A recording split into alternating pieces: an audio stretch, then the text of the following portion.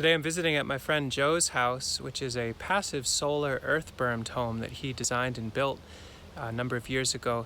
And this is a different video than what we normally do. I chatted with him about the idea of, hey, what does it look like to build a solar-powered battery array that could run things like chest freezers and chainsaws, electric riding mowers, and the like. And he came up with this amazing design based on used Nissan Leaf batteries. And I'm gonna hand it over to him to explain his genius design and how it all went together. Maybe it's informative enough that you could do this yourself if you wanted to. Hey everybody, I'm Joe, Sean's friend, and I'm going to give you a super quick overview of what we built for him.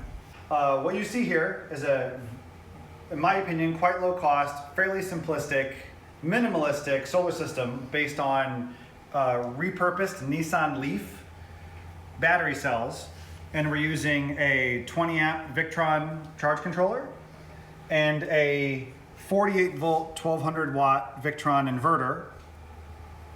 And the primary use for this will be increasing some resiliency by being able to run chest freezers for days off grid in case anything happens, or just to reduce the utility bill. And so that's the super quick synopsis of what we've got. So the whole idea was to figure out how to get the most performance at the lowest cost. And so I'm so far quite impressed with this 48 volt Victron 1200 watt inverter. And so check this out. This is a 1000 watt resistance hot plate. The fan comes on, you can barely tell, and you can see on the kilowatt meter, it's drawing over 1000 watts, 1050. And also check this out.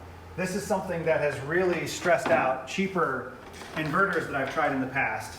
This is a oil-free compressor. Surge load is probably around 2 kilowatts. And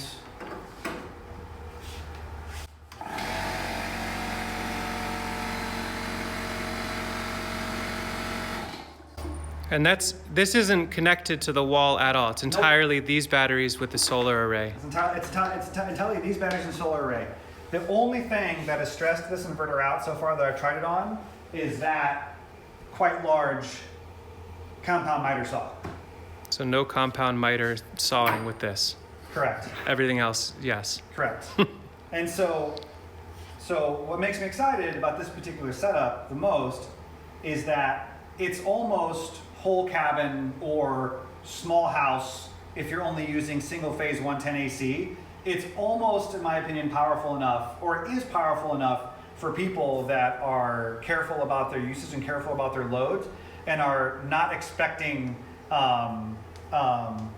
performance that you would get from a $2,000 inverter. You know, these can be purchased for under $500, and I think it's a pretty impressive amount of power. So I'm sure a lot of folks seeing this would be interested in how this all goes together. There's going to be links in the description for where people can find all these different parts, and of course encourage folks to innovate and figure out their own paths with this. But maybe you could step people through what the flow is to be able to get this all to actually function. Sure. It's a pretty simplistic system, but it's all the same components that you would find in a whole house system or a much larger system. And one of the keys to making this work with these repurposed lithium-ion cells is I guess I would call it smart charge controller. And so one of the primary reasons why we went with Victron is because Victron has this wonderful app, and you can see it right here on this broken old phone. And you can see right now we're getting 64 watts from the solar array, which is right outside the greenhouse. And the solar array is good for about 600 watts of continuous output in full sun. We're getting 65 as it's somewhat cloudy. And the beauty of this charge controller is that it allows us to set a very detailed custom charge profile so that way we can properly care for lithium-ion batteries. And this was the primary design hurdle that we faced when Sean was like, hey, let's build something so I can have a chest freezer that can run entirely grid agnostic, heavily inspired by the cruising yachting forums online. And those people live, out in the blue water ocean. And for them, reliability is paramount, and redundancy and durability, that's all they care about, because they're literally days from shore, days from help. And so they embraced this Victron gear pretty heavily in the last few years. Not because it's the highest quality gear, but because it's relatively affordable and programmable, and that's the key. And so these particular Nissan Leaf cells in this configuration have a nominal full voltage of around 58 volts, which would be an off-spec voltage for most regular solar hardware. And so the Victron charge controller lets us charge them correctly. And so that's why we chose that. And we are also using, so these two black boxes are BMS, battery management system modules, made by a company called Tech Direct Club. They have an eBay store, and it's where we purchased the Nissan Leaf cells and the BMS controllers.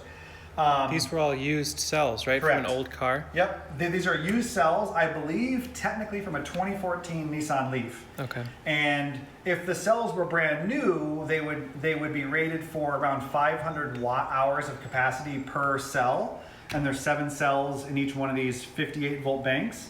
However, because they are used, they're deprecated to around 400 watts of usable capacity.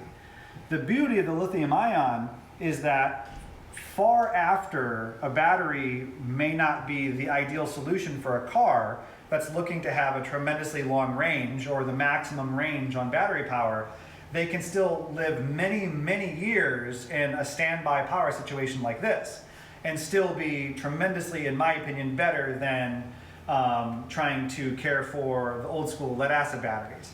And so if you do the math on this, there's a little over 2 kilowatt hours of usable capacity in this one brick that weighs only 50 pounds. It's pretty impressive.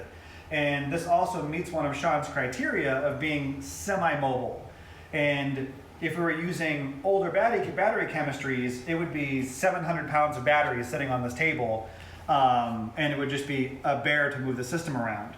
And so we're using the Victron 20 amp smart charge controller that's got a great app that you can program. We've got 14 of these Nissan Leaf aluminum cells, and we're using 2 of the Tech Direct Club BMS systems to try to get the most life out of them, and just a really simple battery terminal combiner, because every individual component is fused. And at a later date, I'll probably encourage Sean to set up some kind of a fuse system in between the components. But as it stands right now, every individual component is fused. And so I consider the system to be relatively safe.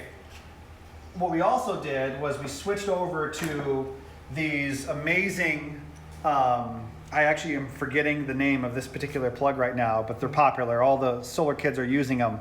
And they can't, the polarity can't be reversed. And so you can just plug these things in, and it makes the system much more modular, and the connectors are pretty durable.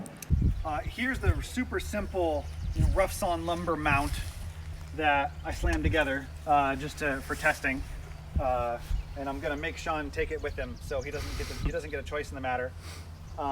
And here is 3 actually, I guess I almost would call reclaimed solar cells. And it is, what's the voltage in these? It is 1 210 and then 2 260s. And they're just wired in a series to give us, between 70 and 85 volts out. And the charge controller we have is rated for up to 100. And so I personally find that 2 or 3 panels of this size is the perfect marriage to a system that's that small. Any more panel than this, and you're really just kind of collecting energy you can't store, and your 4 kilowatt hours of usable capacity in the batteries, and a whole lot less than this, and you might struggle to get enough power on the shoulder days or the cloudy days if you actually are trying to use this thing to fully off-grid or fully make more grid resilient a proportion of your lifestyle, like for example a chest freezer. I'm so excited, Joe, that you put the time and effort into putting this together. I really appreciate it. And we were just chatting about this. So Joe has a YouTube channel. He's put up 2 videos and was just explaining that he's on the fence about wanting to take the time to make more videos. If folks are interested in knowing more detail about this, head over to his channel and subscribe. I think if a handful of people or a good number of people are interested in subscribing, he would have reason to put out more detailed content, maybe showing how this is all assembled and that kind of thing, or going deeper into some other interesting areas around off-grid and resilience and growing. For now, if you ask some questions in the comments, if I know how to answer, I will. Maybe Joe will keep an eye on them. But it seems pretty straightforward as far as the parts, and we're going to link to all that in the description. I would jump in and say that one of the primary criteria was something that appeals to me is a system that is affordable. I'm just going to, throw some numbers out here, but you can put together something similar to this under $2,000. And considering what you can get out of it, I don't think there's anything near that capacity for that cost that's currently on the market. And that was a personal challenge that I enjoyed tackling. And the whole idea was that it's pretty much plug and play from off-the-shelf components, which also makes it easier to repair or maintain while you have it, while you have it for several years. And if anyone was interested in watching me actually tinker on stuff like this, I am intending on building a half-scale version of this in 12 volt, specifically for running very small loads. That could also be something for cruising or overlanding or like car camping. And so that is something that I'm excited to do.